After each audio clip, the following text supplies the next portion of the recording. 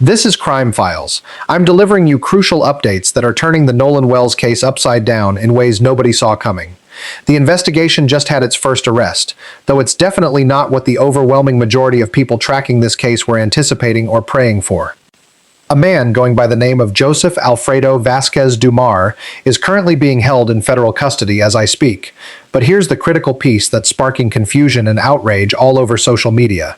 He's not being charged with anything directly connected to Nolan's unexplained death. Instead, he's facing severe federal charges for transmitting violent and disturbing threats to Judge Ashley Cole, the stepmother of Warren Hudson, back in early July when tensions around this case were already at an all-time high. Before we go any further, if you're seriously invested in watching how this case plays out and you want thorough, accurate coverage that doesn't gloss over the critical details, do me a huge favor and smash that like button right now, hit subscribe so you're here for every single development as it drops, and tell me in the comments where you're tuning in from. It genuinely helps amplify this kind of comprehensive coverage to more people who desperately need to see it. Let me rewind and give you the full context so you grasp exactly how we arrived at this point and why this arrest, while important in its own way, has left countless people feeling frustrated and crying out for real justice. Judge Ashley Cole is married to the father of Warren Hudson, one of the young men who was actually with Nolan Wells on that boat excursion to Mississippi's Horn Island on the 4th of July. 2 days following that trip, Nolan's body was heartbreakingly discovered washed ashore, triggering an investigation that has been riddled with questions, contradictions, and an increasing belief among the public that the complete truth is being intentionally hidden. Following Nolan's death, Judge Cole became a complete magnet for public outrage, examination, and heavy criticism when she chose to post an extensive and detailed statement on her personal Facebook page defending her stepson and trying to offer her family's account of what happened that day. Here's precisely what she wrote in that now controversial post. My husband and I were not at Horn Island at any point on July 4th. No one in our family is trying in any way to interfere with the investigation by law enforcement or to otherwise hamper the family and law enforcement's quest for answers. Warren was interviewed by the Jackson County Sheriff's Department and cooperated fully. He saw Nolan last around 3 p.m. on July 4th. They left around 4:30 p.m. when the boat was taking on water and they had an issue with the bilge pump. Nolan made a decision to stay on the island and return inland later with another group of friends. Yes, I am a judge. I also value transparency. I apologize if anyone was offended that I deleted my social media. There were no nefarious motivations in my deleting my social media. Social media has a lot of positives, but a whole lot of negatives. End quote. Now, whether you think that statement was justified or not, whether you view it as transparent or defensive, the truth is that it sparked a massive firestorm. People picked apart every single word. They challenged the timeline. They questioned why a sitting judge felt compelled to publicly defend her stepson before any official determinations had been made, and they particularly took offense to the fact that she had wiped her social media accounts shortly following Nolan's death, which to countless people appeared like an effort to conceal something or remove herself from public scrutiny. 3 days following that original statement, Judge Cole went back to Facebook, and this time her approach was significantly different. She posted a collection of screenshots displaying the sheer volume of hateful, disgusting, and downright threatening messages that she and her family had been bombarded with. Among those messages, she spotlighted several that originated from an anonymous account going by the username YayYay962. This individual didn't simply criticize her. They didn't just voice frustration. They issued direct, violent threats. This account dropped public comments like, "There's going to be a bomb sent to your office. I'm going to get you when you leave work."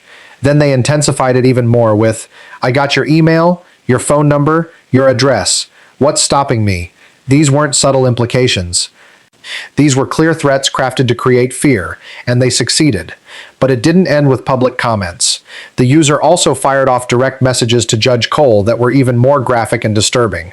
One message stated, "There will be a package coming to your office in the next few days. It's going to blow you away when you see it. LOL. Probably be best to have the boys there to see as well. Hard to clean, especially from a boat. Not even the FBI can stop this." That final line, "Not even the FBI can stop this," proved to be completely false. Because the FBI absolutely did stop it, and they executed it with the kind of accuracy and efficiency that demonstrates exactly what federal law enforcement can accomplish when they decide to make something a priority. Agents hunted down Joseph Dumar all the way across the nation to Sacramento, California. According to comprehensive reporting from the Sun Herald, agents with the FBI Safe Streets Task Force pinpointed Dumar by carefully tracing IP addresses connected to the Yay962 account. They linked those IP addresses to an email account, specifically moneybagioj196@gmail.com, and from there they managed to extract his date of birth, his phone number, and several street addresses tied to the profile. All of that digital evidence trail, every login, every message, every bit of metadata, guided them straight to Joseph Alfredo Vasquez Dumar as the person behind the violent threats directed at Judge Ashley Cole. His federal indictment spells it out in precise, unmistakable legal terms. On or about July 11, 2025, in Jackson County, in the Southern Division of the Southern District of Mississippi and elsewhere, the defendant Joseph Alfredo Vasquez Dumar did knowingly and willfully transmit in interstate and foreign commerce a communication containing a threat to injure the person of another, specifically a direct message on Facebook threatening to kill Ashley Cole, all in violation of Title 18, United States Code, Section 875. Based on the court documents that have been submitted and made public, Dumar is currently facing up to 5 years in federal prison, a monetary penalty of up to $250,000, and up to 3 years of supervised release after any prison term for the federal charge of interstate transmission of threatening communications. This isn't some minor charge. This is a substantial federal offense that comes with genuine consequences, and it delivers a strong message that threatening public officials, or anyone else for that matter, via social media will lead to real-world repercussions. Now, here's what's absolutely essential to grasp, and it's the root of a lot of the frustration and bewilderment you're witnessing online right now. Yes, this is technically the first arrest that has any link at all to the Nolan Wells case. But it has zero to do with what truly happened to Nolan Wells on Horn Island. It's not an arrest tied to his death. It's not an arrest of someone believed to have harmed him. It's an arrest of someone who issued threats in reaction to the case. And that difference matters tremendously, because what the community, what Nolan's family, and what the thousands of people monitoring this case online are genuinely calling for is an arrest directly connected to his questionable and still unexplained death. Just days back, audio from the emergency call that was placed by Nolan's friends on the day of the incident was made public, and it has triggered absolute mayhem in the comment sections, across social media platforms, and among independent investigators attempting to reconstruct what truly happened. Many people who have examined that audio closely, some even alleging to have enhanced it or separated background voices, think it holds details that are profoundly incriminating. That audio recording is now supposedly under serious investigation by Nolan's legal team, including civil rights attorney Benjamin Crump and his devastated family who are frantic for answers. And speaking of that audio, we have massive news to share with you. We now have access to the official audio from the emergency call, and we'll be sharing segments of it for you shortly. Attorney Benjamin Crump and the legal team have revealed they've brought in some of the top audio engineering specialists in the nation to examine those audio recordings from the emergency call in complete detail. This is a monumental development, and you're going to hear directly from the officials involved in a press conference that recently took place. And the public reaction to that audio has been absolutely explosive. People are holding nothing back. One individual analyzing it online stated, "At this point, we're witnessing an entire community deliberately cover up what truly happened to Nolan Wells. From the boat captain, to the grandfather, to the kid who placed the call, to the dispatcher who answered it. You heard everything happening in the background of that call. You were obviously concerned because you heard what those people were saying in real time. That put you on high alert. You were attempting to figure out, let me get somebody out there immediately. But at the same time, how on earth did you obtain the grandfather's phone number? How did you know to contact him personally, but somehow you don't know if he's one of your regular clients or not? Y'all were clearly trying to bury this under the rug. The boy panicked and called the real authorities he was supposed to call. That's the only reason the dispatcher even became involved. Now you want to have private discussions with the grandson behind closed doors. Lock all of them up. From the grandfather to the kids to the girls that were supposedly on that boat too. We didn't even know girls were present until recently. Lock every single one of them up. The whole community if necessary. And why isn't anybody with genuine knowledge just stepping forward and saying something? Come on now."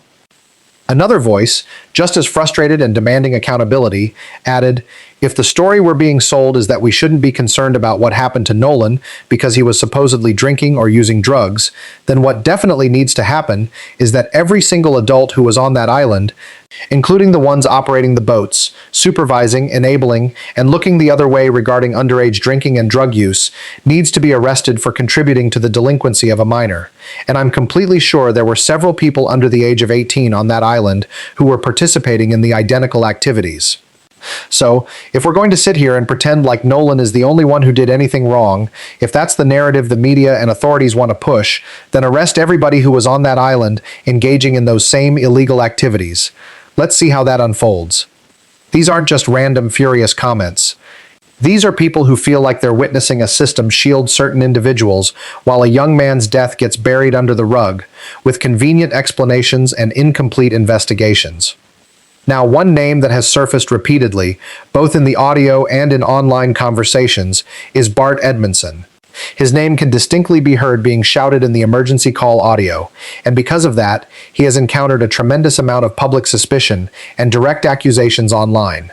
In reaction, Bart Edmondson has now retained his own attorney to vigorously push back against any and all accusations that he had anything at all to do with Nolan's death.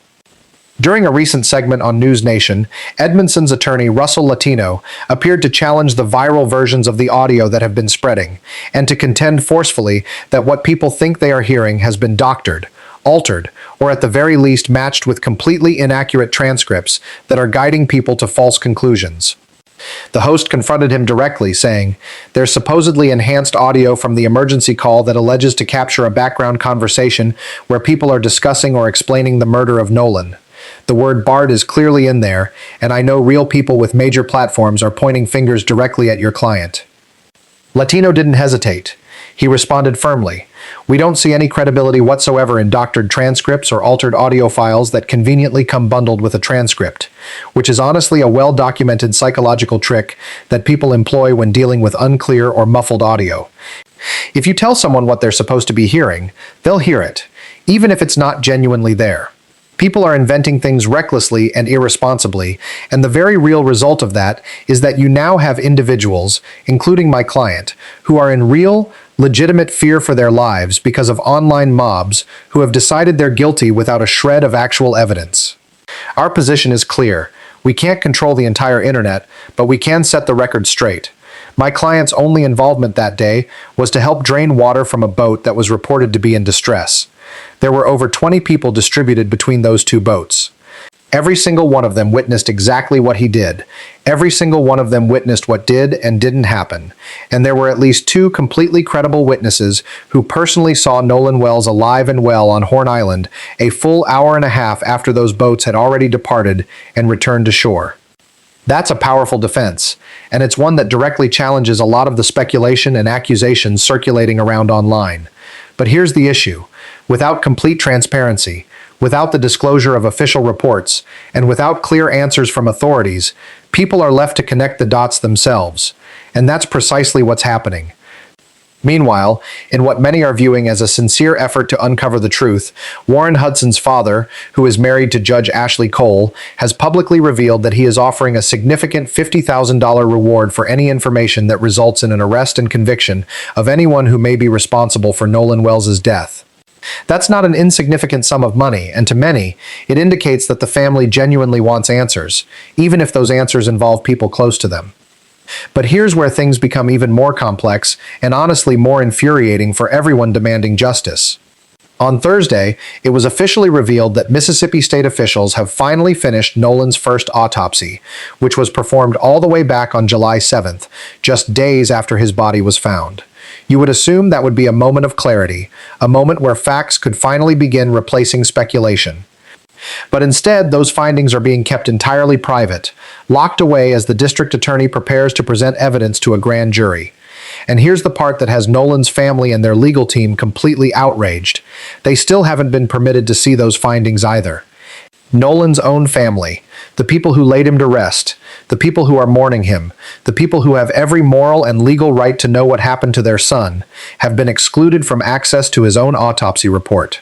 Attorney Benjamin Crump, who has managed some of the highest profile civil rights cases in the nation, is now engaged and fighting hard for transparency, but so far, the state is standing firm.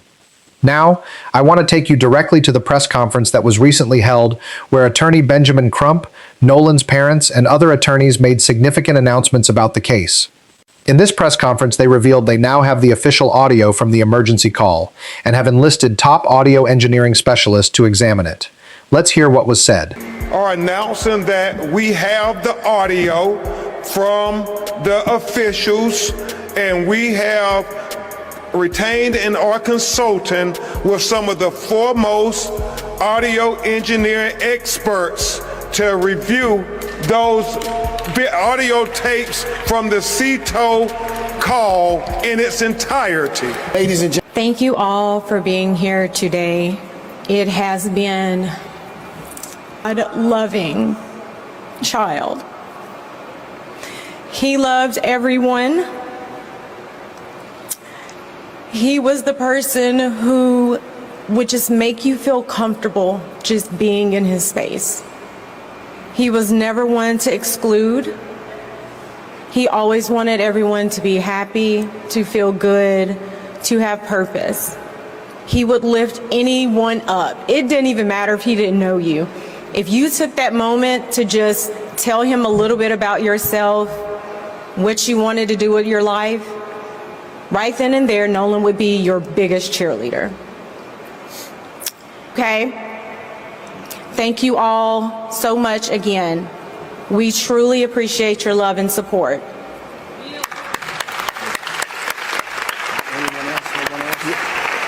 okay.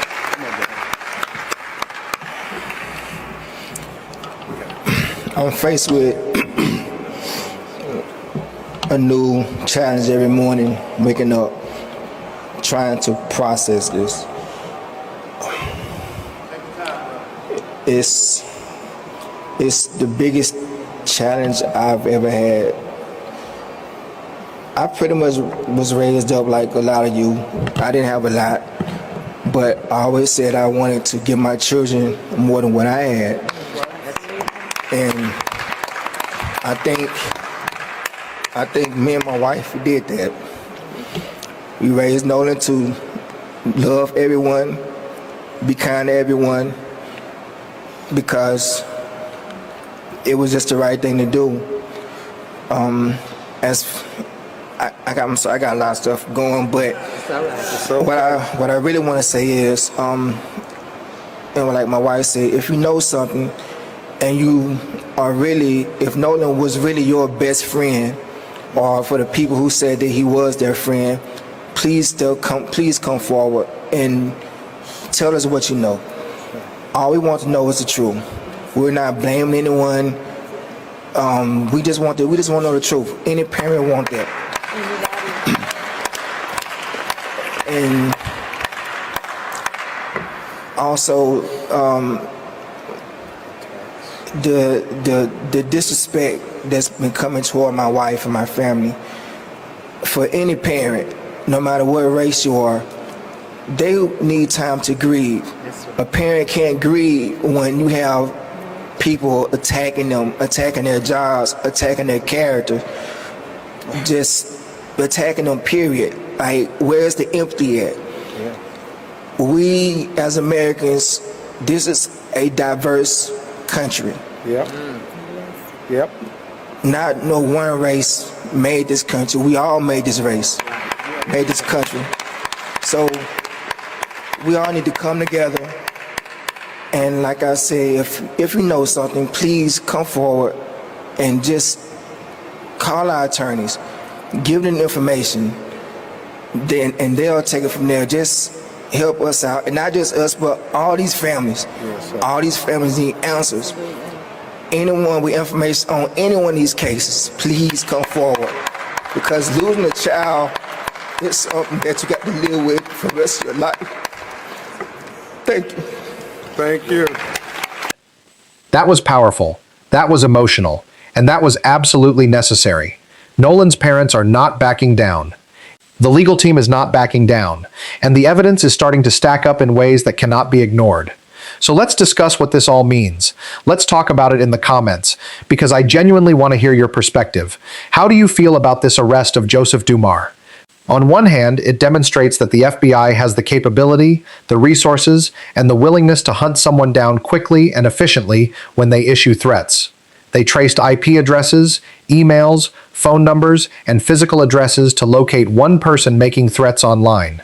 They did it fast, they did it thoroughly, and they did it across state lines. So the question becomes, does that give you any confidence that they could apply that same level of effort and expertise to discovering digital evidence, text messages, social media activity, or any other electronic trail that might lead to real answers in Nolan Wells' death? Or does it frustrate you even more, because it demonstrates that when they want to act, they absolutely can, but for some reason the same urgency doesn't seem to be applied to finding out what actually happened to a young man who died under highly suspicious circumstances? The legal team now has top audio specialists analyzing the emergency call. They have oceanic specialists examining the tides and currents to determine if the official story even makes physical sense. They're coordinating with the district attorney to examine phones. They're pushing for access to Nolan's throat tissue that was mysteriously missing from his body during the independent autopsy. Every stone is being overturned, every question is being raised, and the family is not going to stop until they get real, verifiable, transparent answers. This is Crime Files, and I'll continue to keep you updated as this story unfolds, as more documents get disclosed, as the audio analysis returns, and as the pressure for truth and accountability continues to mount. If you want to be here when the next major development breaks, hit that subscribe button and turn on notifications right now, because this case is far from finished, and the truth is coming whether certain people want it to or not. Stay tuned.